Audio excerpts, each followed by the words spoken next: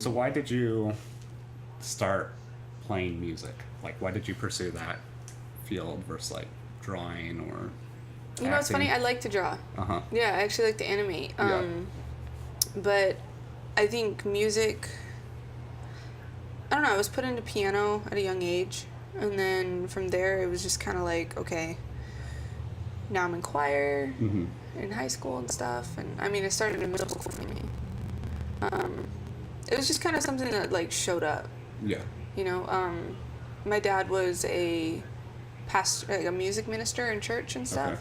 So that's kind of cool. So I think that's where kind of some of it comes from. And then my mom also was like really big on making sure that I was at every lesson, and my grandparents too were really big on pushing me into music lessons and stuff. So, and then I just kind of took it from there. I played sports a lot, and then I got injured, and I was like, well, I might as well just, I don't know, keep doing this music stuff.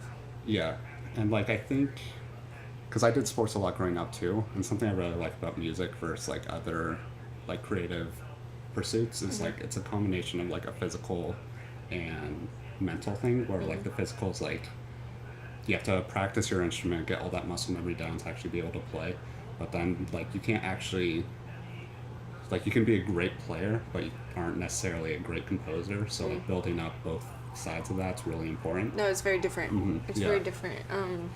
I would say I'm a good composer, not a great player. Yeah.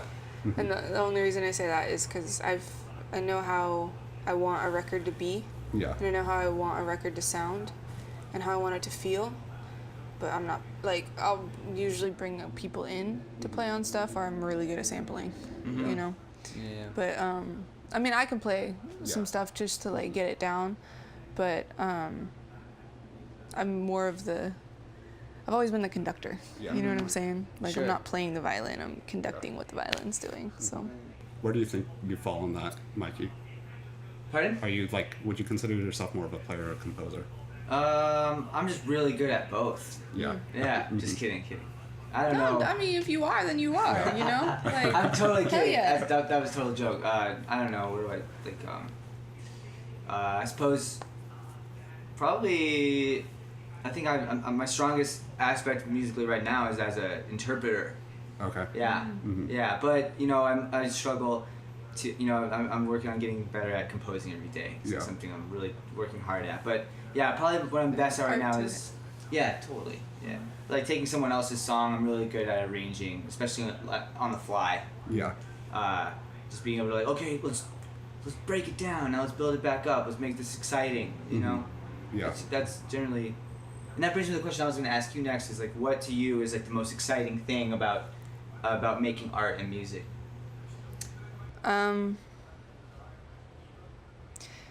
Well, I like making the records. I like them when they're done. Sure. I like it when they're done. I'm like, okay, cool. Finishing it, printing it, pushing print. Yeah. But my favorite part about the art is actually putting together scripts for the visuals. Cool. I know, which is super weird, but I like the stories that I can create. So I feel like eventually I'm not gonna just be in music. I feel like eventually I'll tap into more storyboard things because I'm a writer. You know what I'm saying? I'm not just a musician songwriter. Like, I try to dabble in other things with writing just because it's, I don't know, it's always been interesting to me. Storytelling has always been interesting to me. So my favorite part is the storytelling aspect of bringing things together. Cool. What do you think is like the best medium for that? Because I guess it feels like music, I don't know, you guys jump in, but like music doesn't feel like the best medium to tell a story. It's hard. Yeah. The visuals are always the best. Yeah. And yeah, it's hard to get the full, like, this is what I mean sometimes in the story of just a song. That's why I've been like, okay, I need to do more in the film. Yeah.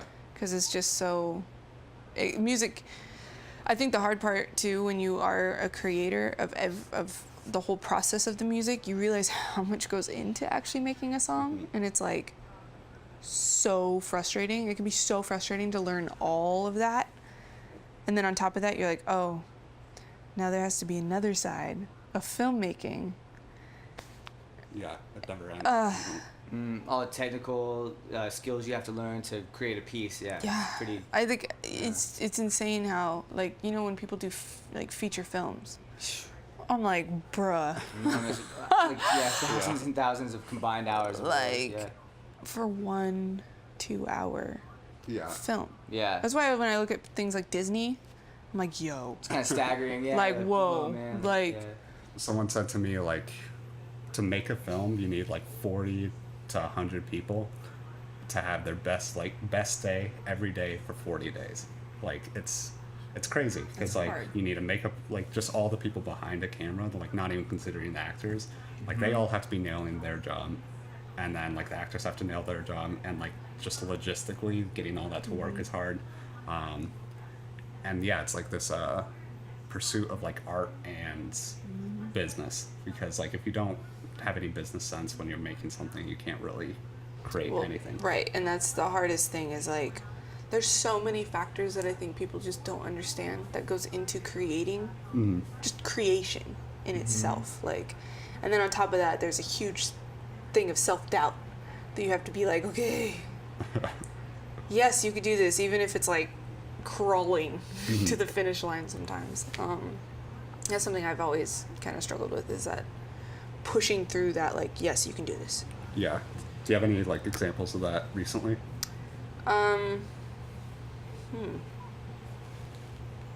Yeah, I'm living in LA. Living in LA has, like, it's made me not want to put music out.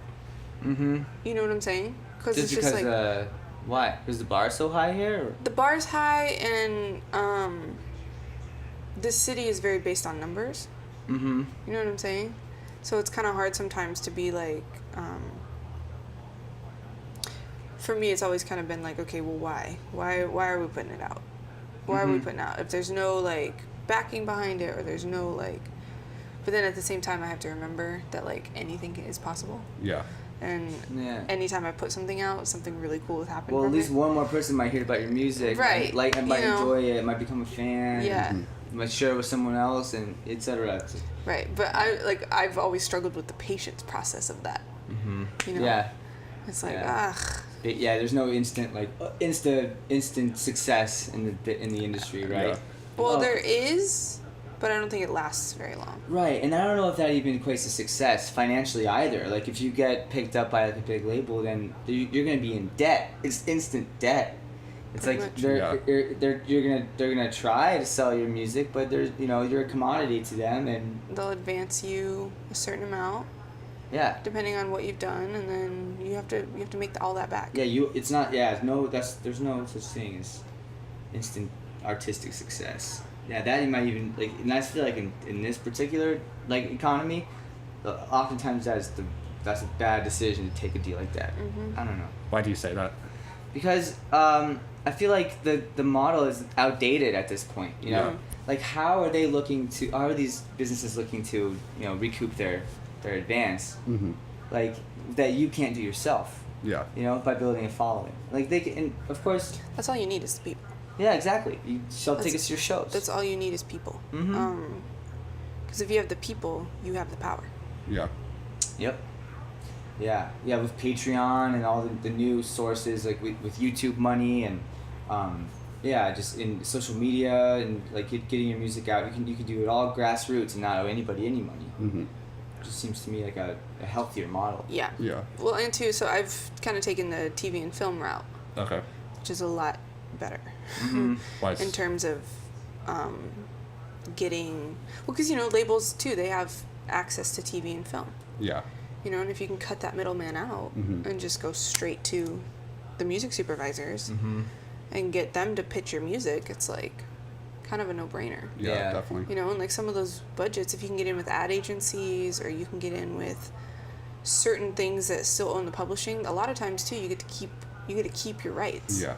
You're not selling 50% of your rights after you've done years and years of work, which is what mostly happens, Yeah. And then, but the downside to that is, if you don't have numbers, no one knows who you are, it's hard to get stuff placed. Yeah. Unless your music is phenomenal. Right. It's like objectively good. Yeah. Right. Like, okay, this shit is tight. No, it's a weird, and I think too. I have a hard time playing the game because that's what everyone in Los Angeles talks about. You gotta play the game, and it's like, man, I want to make the game. Yeah. You know what I'm saying? Sure. Yeah. I'm gonna figure out a way to make the game because the way that it's like with anything, people will constantly be like, "Hey, these are my rules, and you follow my rules, right?" And I've always been like, "Nah, I'm not gonna do that." Like, I don't know why. I just have this rebellious side to me that's like. I think that's like being an artist. It's just, I mean, none of us would be pursuing the things we are pursuing right now if we weren't gonna have that like need to do something a little bit different. Well, there's not a lot of I find too. Maybe I'm just not plugged into the right community yet, but there's not a lot of like pure love for the art. There's a lot of how are we gonna make money? Yeah. And then we're gonna go with what's making money and what's gonna sell. It's like the heart and the head, you know. And a lot of like the music makers were the heart. Yeah. A lot of times the head is all the business people who aren't listening to the heart. And I mean, it's just like human existence. Yeah. We have a hard time when we grow up. We stop listening to our heart. We start listening to our head more. And our head can really lead us down a bunch of places. Have you like noticed that happen this past year too at all? You know, I'll be totally transparent with you. I'm very in tune with my heart. So I've gone through a lot in my life, and so now I'm kind of at a point where I've had to heal up my heart. Yeah. A lot, just because I understand that my heart is literally my existence. You know what I'm saying? My heart is what makes things possible. Yeah. My head, yes, but my head doubts a lot. You know what I'm saying? If my heart isn't doubting it, and like I don't know, you just have to learn to shut your head up and just be like, yo, but your heart is saying this, because we do it all the time when we're kids. You know, you see a 3-year-old and they're like, they have no concept of doubt, and you know, they have some fear, but it's not like a lot. You know, they can fall down a bunch of times and it's okay, and keep running. You know, and as we grow up, I feel like we lose that. We lose that, like, oh, it's okay. You know. Well, it's like, have you? There's been research done on like flow states, where I'm sure like we've all experienced this, like when you're really into a piece of music or like. Yeah, into a piece of music or into a competition, and you just don't think about anything, like everything just goes really well.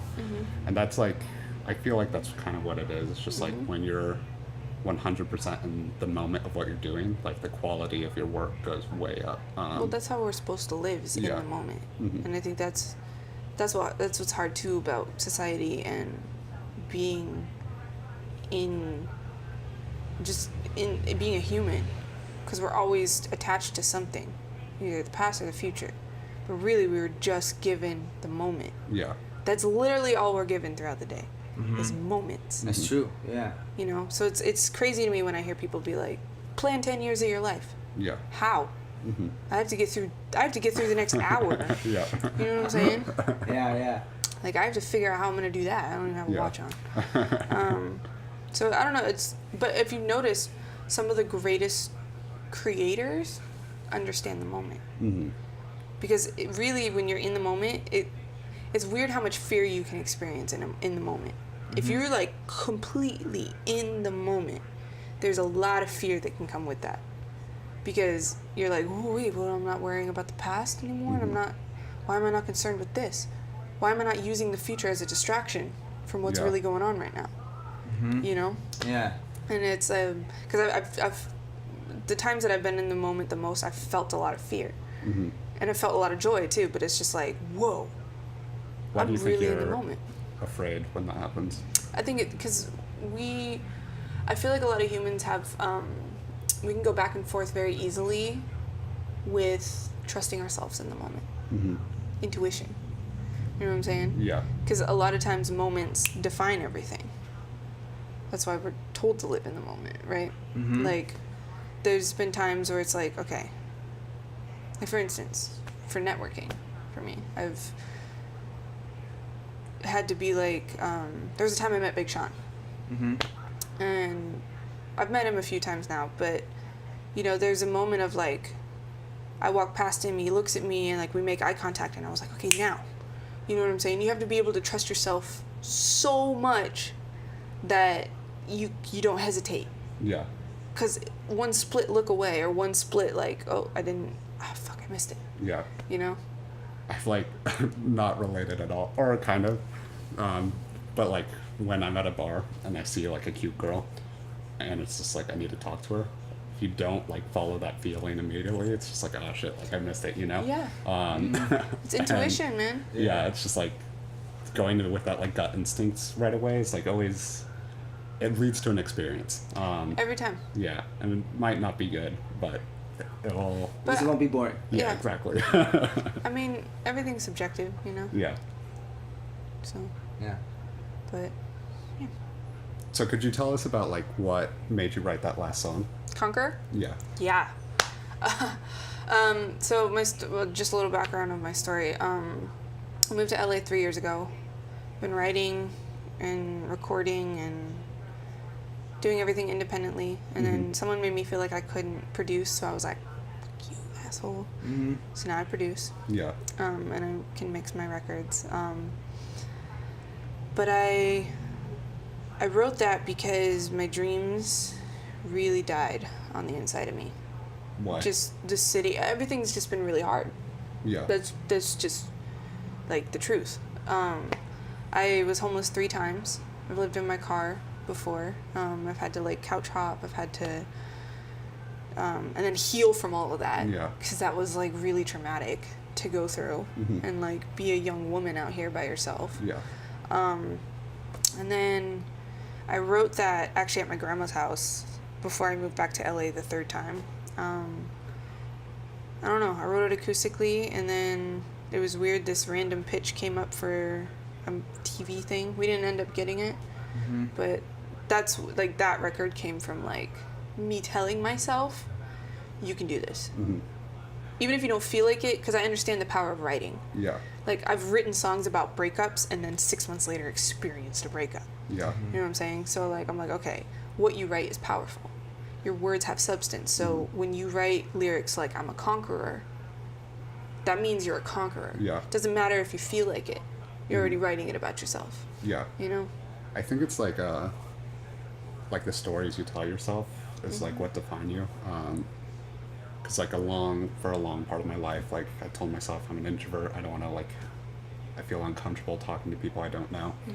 And now I just like don't tell myself that story anymore. I'm just like, oh, that seems like an interesting person I want to talk to.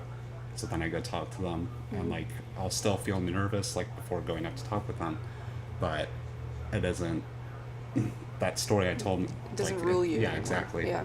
And so it's amazing what you tell yourself is like what defines who you are, you know. And they're all just stories. That's the weirdest part. Because like technically in this moment, anything that's happened in the past doesn't exist right now. Yeah. And it hasn't existed for a long time. But we still have it, you know? Yeah.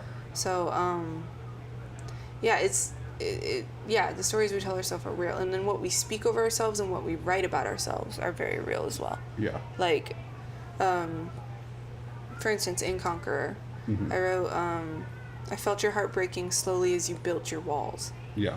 I hung pictures of memories, the best ones I only recall. That was basically me telling myself, like, yo, I see what's going on with you.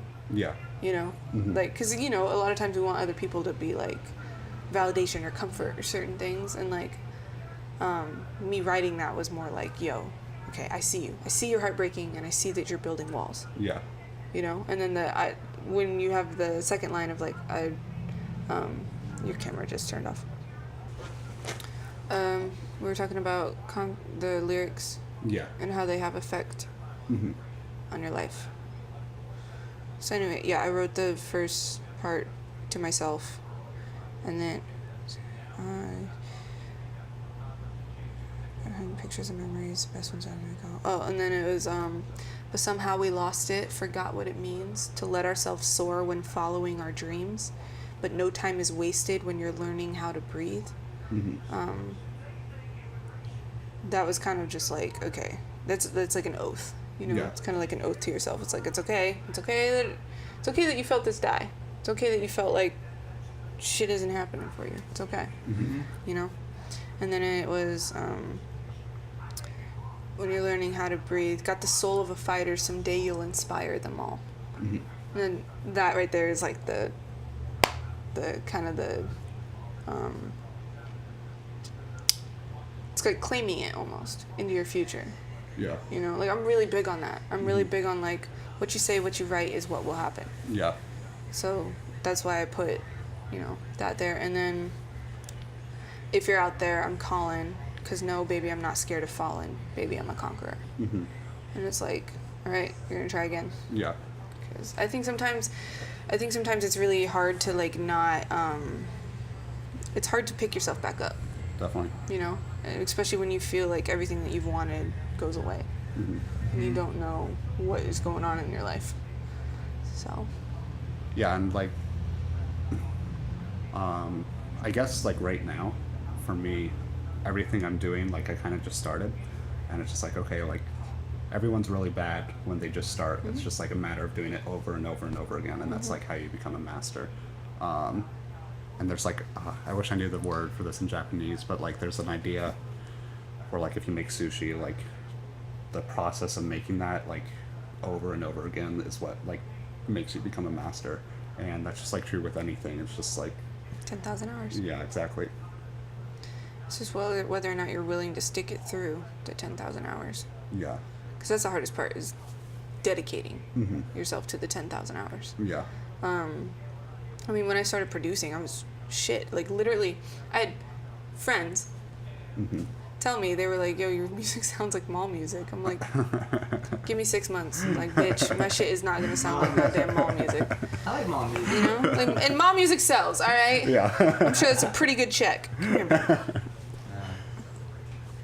What's like, how did you feel when people said that to you? Were you like thankful or pissed? No, I mean, I'm a big thing, like, I don't feel like you should ever shit on anybody Mm-hmm. or shit on their dreams or what they're trying to do with their life, because you never know who's going to become something amazing, you know? And, like, what you put out is what will come back. Yeah. So, and once I started, I actually realized, like, how true that is. I was like, okay,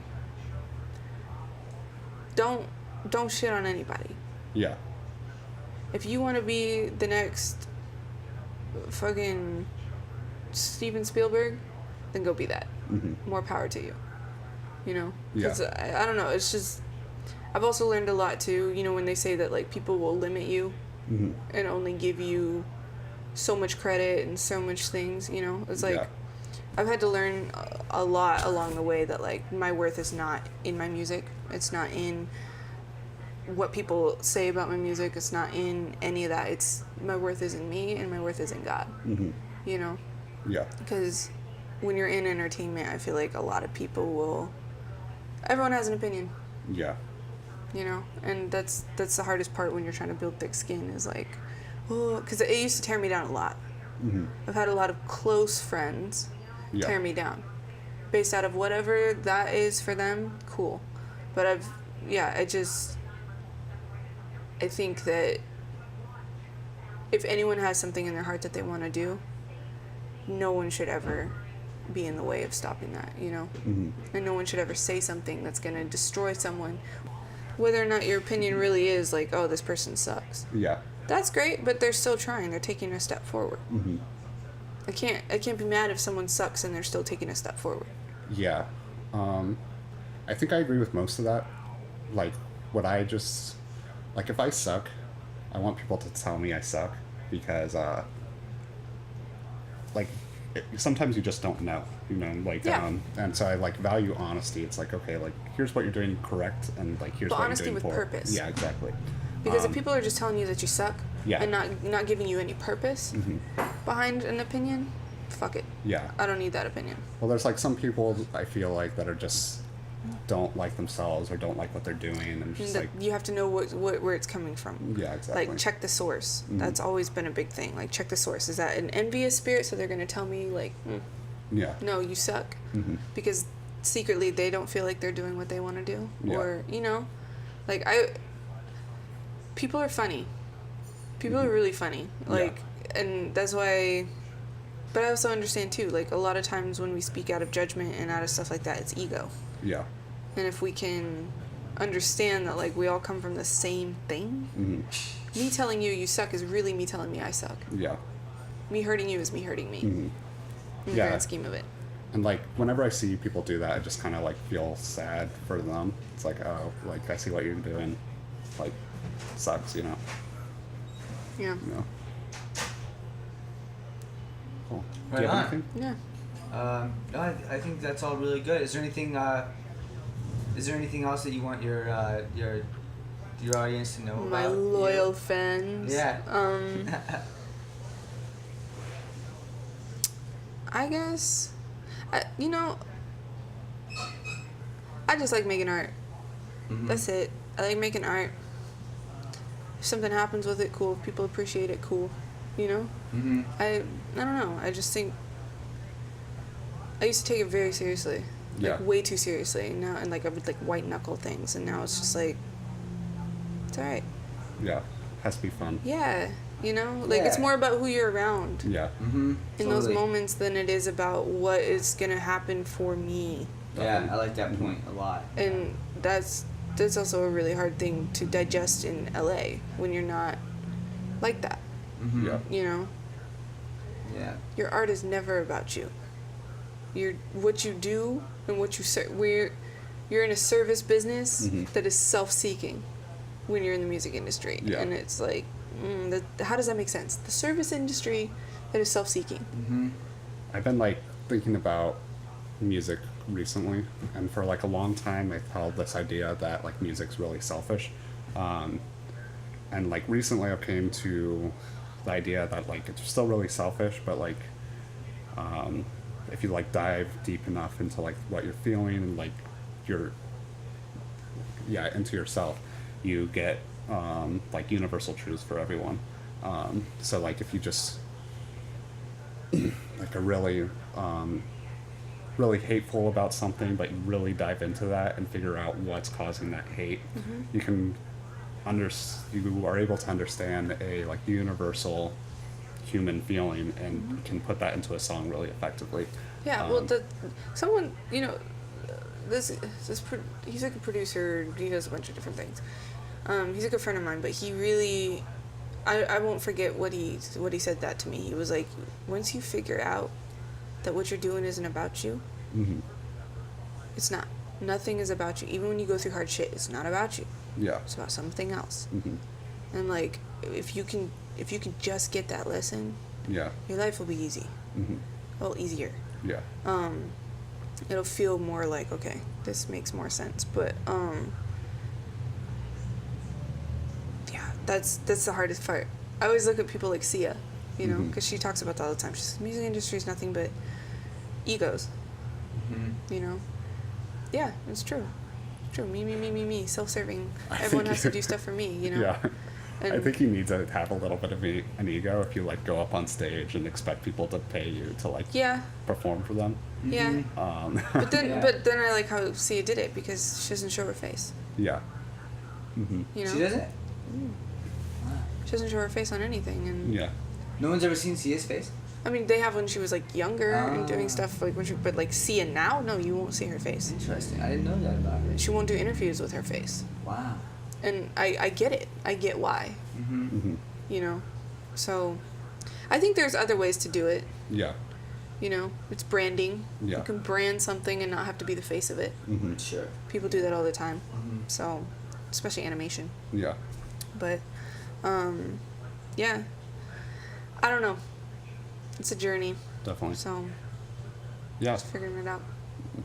But thank you guys. Yeah, thank you, Akazi. I really appreciate thanks it. for coming in. No, this was cool.